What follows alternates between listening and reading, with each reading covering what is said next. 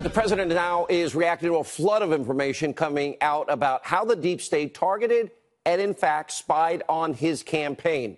On Twitter earlier today, he wrote, "Look how things have turned around on the criminal deep state. They go after phony collusion with Russia and a made-up scam and end up getting caught in a major spy scandal, the likes of which this country may have never seen before. What goes around comes around."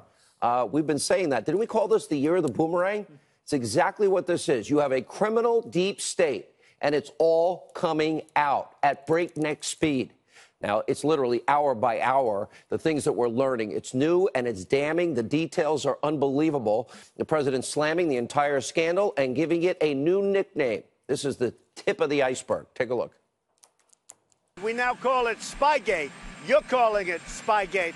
A lot of bad things have happened. I want them all to get together. They'll sit in a room. Hopefully, they'll be able to work it out among themselves. Now, because new information is coming out at a rapid-fire pace, deep state actors like the arrogant, sanctimonious James Comey, they are racing to try and cover their tracks. Now, Comey fired off a pair of tweets this morning. Facts matter. The FBI's use of confidential human sources, the actual term we call them spies, is tightly regulated and essential to protecting the country. Attacks on the FBI and lying about its work will do lasting damage to the country. How will Republicans explain this to their grandchildren? Well, here's a better idea, Jim. How will you explain what you did to your grandchildren? And you have to love how Comey is using FBI official jargon, confidential human sources, to try and spin this. Did you have a spy in the Clinton campaign? Did you have a spy in that campaign? He continues. Dangerous time when our country is led by those who will lie about anything, backed by those who will believe anything based on information from media sources that will say anything. Americans must break out of that bubble and seek truth. All right, speaking of lying, that's exactly what Comey did under oath in front of Congress when he falsely claimed that he didn't decide to exonerate Hillary Clinton before interviewing her and 17 other key witnesses. They were writing it months before. And you know why? Because Comey's corrupt. Thank God the president fired him. And he can't keep his big mouth shut. We advised him he has the right to remain silent. And the president is right to fire back at the disgraced former FBI director. Let's take a look at what he said. I think James Comey's got a lot of problems. If you look at what he did, if you look at all of the lies, the tremendous lies, if you look at all that's going on, I think James Comey's got a lot of problems. Now, at some point, they have an IG report, and then let's see what James Comey has to say. But I assume he's covered in the IG report. But if you look at what he said, all of the lies, all of the fiction, I think he's got a lot of problems. I did a great service to this country by firing James Comey. And, excuse me, a lot of people have said it. And you go into the FBI, and a lot of those great people working in the FBI, they will tell you, I did a great service to our country. My FBI friends tell me that every day, and they are helping to expose the corruption in their agency. They want the truth out because it's not rank and file. So the soon-to-be-released DOJ IG report is supposed to hammer Comey's corrupt handling of the Clinton email investigation. We know it was rigged. We know Clinton committed felonies and crimes and obstructed justice. And Comey and his buddies and Strzok, to put the fix in to save Hillary's campaign. Then they quickly started spying on the Trump campaign. Where's the warrant? Where's the justification? Now, Comey's deep state buddy, former Obama Director of National Intelligence, James Clapper, he is now in a panic, rushing to try and save himself. Now, he's running from liberal media outlet to liberal media outlet, promoting his new book, just like James Comey did, and trying to spin what is a false narrative. Take a look at what he said with the ladies on The View. I ask you, was the FBI spying on Trump's campaign? No, they were not. They were spying on a term I don't particularly like, but on what the Russians were doing, trying to understand, were the Russians infiltrating, trying to gain access, trying to gain leverage and influence. So why doesn't he like what they do? So why doesn't he like that? He should be happy that. Well, he should be. Really? The president should be happy? The Obama administration and people in the FBI were spying on his campaign without a warrant that we know of? And then the FISA warrant, they lied to 4 judges? Is that not the deep state trying to destroy his candidacy, now presidency? And at this point, Clapper is he's straight up delusional. The president, good for him. He's not letting these lies slide either. He's taking them head on. When they look at the documents, I think people are going to see a lot of bad things happen. I hope it's not so, because if it is, there's never been anything like it in the history of our country. I mean, if you look at Clapper, he sort of admitted that they had spies in the campaign yesterday, inadvertently. But I hope it's not true, but it looks like it is. This is the biggest abuse of power corruption scandal in this country's history. It shows you just how pretentious, how egotistical people like Clapper and Comey really are. Now, they don't see that the crossfire hurricane, well, it's now coming their way. The wind has shifted the direction. And like we have been warning, they both have the right to remain silent, apparently not listening to me. Now, what Comer and Clapper have done, here is orchestrate a massive abuse of power, the biggest in American political history. Look at investigative journalist Cheryl Atkinson out with another great article, 8 signs pointing to a counterintelligence operation that was deployed against Trump's campaign. Here they are. Code name, the FBI had one. Crossfire Hurricane from Jumpin' Jack Flash and the Stones, which is the operation where they spied on the Trump campaign. Wiretap Fever. Cheryl Atkinson is pointing out how 7 Trump associates were caught up in this surveillance web. You also have the massive abuse of power, FISA abuse, lying to FISA judges on 4 occasions, spying on Carter Page, using a Clinton bought and paid for dossier, not telling, of course, the judges in that case, never verifying, never corroborating.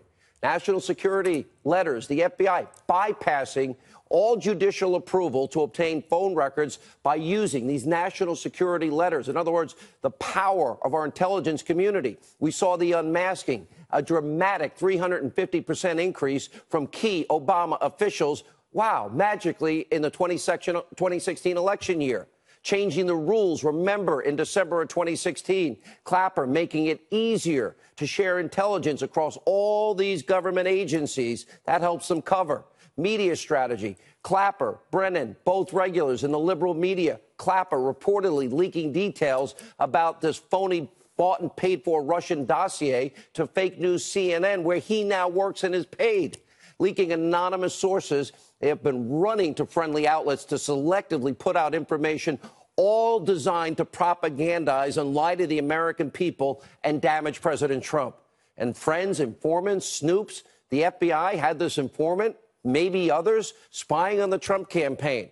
Comey had his friend leaking to the New York Times to get a special counsel, which, by the way, that probably was illegal. And the Bureau working with former British spy, in other words, a foreign operative, Christopher Steele, he put together this Clinton bought and paid for dossier. The evidence of wrongdoing is overwhelming. It is incontrovertible, not to mention, as we told you last night, and Sarah Carter further explained, the FBI's timeline is now collapsing, and the investigation's not adding up. Former Obama AG Loretta Lynch telling Congress that the FBI, the DOJ officials were discussing Trump campaign associate Carter Page in spring of last year. Maybe that would have been a good time to go say, Mr. Candidate, Mr. Trump, I want you to watch. There might be some people that we're have an eye on. Remember, Trump said the most exculpatory thing he said to Comey was, if anyone around my campaign, I want you to, I want you to do your job. And we've been told the investigation officially started in July with George Papadopoulos.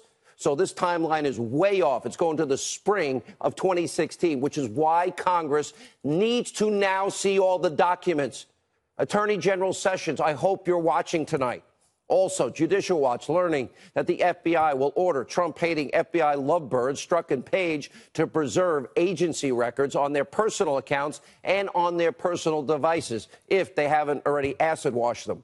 And according to Judicial Watch, earlier this week, a judge ordered the FBI to start processing 13,000 pages of previously undisclosed emails between Strzok and Page. We can only imagine what are in those text messages and emails, seeing how they trash Trump constantly in their text messages, and Strzok at the center of all of this. And then you have Senator Grassley. He's raising a red flag and a very disturbing message from Strzok and Page that actually suggests the White House of Obama is running this, meaning the Obama administration.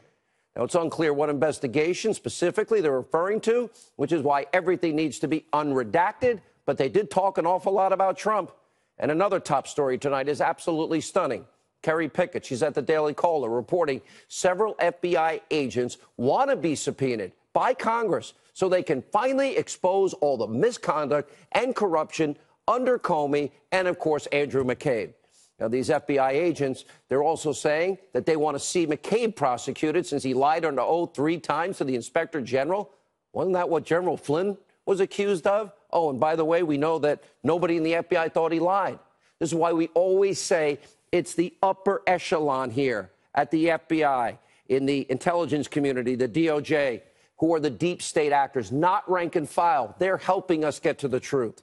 And if it wasn't for these people at the FBI, we wouldn't know the truth in the end. They're serving our country with honor and dignity and integrity and respect. They are ashamed of what their former bosses did and furious about what has happened. That's why it is so important for all of us to get the truth. Release the documents. Also tonight, it's put up or shut up time for Rod Rosenstein, the king of slow walking, stonewalling, and obstruction.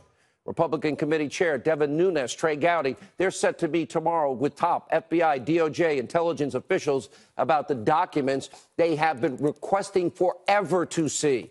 And I got to tell you, given Rosenstein's track record, there's no way he's going to hand everything over. It's only going to be a briefing, and here's why. Rod Rosenstein, he wants to be able to control the flow of information, just like he's been doing from the get-go, begging Paul Ryan, oh, don't release the information about FISA abuse. Remember, Sarah Carter reporting information that Congress is trying to see will hold the keys to all of this spying on the Trump campaign. Rod Rosenstein has more problems than just stonewalling tonight. Look at what law professor Steve Calabrese is now arguing, that Rod Rosenstein's appointment of Robert Mueller is, in fact, unconstitutional, as the great one, Mark Levin, said last night. He cites the majority opinion in Morrissey versus Olson. Now, the basic problem being that Mueller is more powerful than all 96 U.S. attorneys. Mueller was also never nominated, never confirmed by the U.S. Senate. And because Robert Mueller's appointment is unconstitutional, and that renders everything that he has done since May 17, 2017, null and void. And that's why we heard just a couple of Fridays ago, Judge T.S. Ellis III demanding to see Rod Rosenstein's scope memo that gave Mueller the ability, supposedly, to carry out this witch hunt. Now, Judge Ellis just eviscerated Mueller's team and his pit bull, Andrew Weissman, for going after Paul Manafort on a 2005 tax fraud allegation that has nothing to do with Russia. And he called out Mueller for putting the screws, the judge's words, to Manafort. Why? To get him to sing. Remember, singers can also compose and flip on Trump so they can prosecute or impeach him. And as far as Rod Rosenstein goes, Steve Bannon says Rosenstein could, in fact, be fired, and very soon. We'll have to wait and see what that's all about. Also tonight, take a look at this headline from the American Center for Law and Justice. It was a favor factory. Deep state forced to turn over thousands of Clinton-era State Department emails to about the Clinton Foundation debunking supposed firewall. Now, the ACLJ reporting that the State Department will be turning over nearly 30,000 emails between Hillary Clinton's State Department and her family foundation. This is why I keep saying, I know it takes more time than you want. We're unpeeling layers of an onion.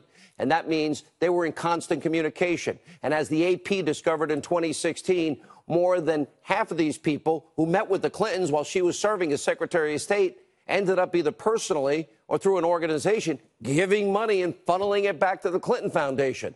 And another major development tonight. Clock is ticking for the DOJ and the FBI to hand over documents to the Senate Judiciary Committee Chair Chuck Grassley about this highly suspicious case of Michael Flynn, a man who served this country for over 30 years. Grassley wants to see the documents related to Flynn's FBI interview. As James Comey told Congress, the FBI agents who talked to Flynn, they didn't think he lied. So why did Robert Mueller charge General Flynn with lying in the first place? And also tonight, President Trump revealing new details about his potential June 12th summit with Little Rocket Man. Fox and Friends co-host, our own Brian Kilmeade, spoke with the president earlier today out on Long Island after his roundtable on MS-13 gang violence. Take a look. June 12th, are you going to be in Singapore? We'll see what happens. I mean, right now we're looking at it. We're talking about it. They're talking to us. We have certain conditions. We'll see what happens. But there's a good chance, and it would be a great thing for North Korea. If that happens, it'll be a great thing for North Korea. Most importantly, it would be a great thing for the world. So we'll see what happens. Right. All right, don't miss that full interview tomorrow starting 6 a.m. Fox and Friends.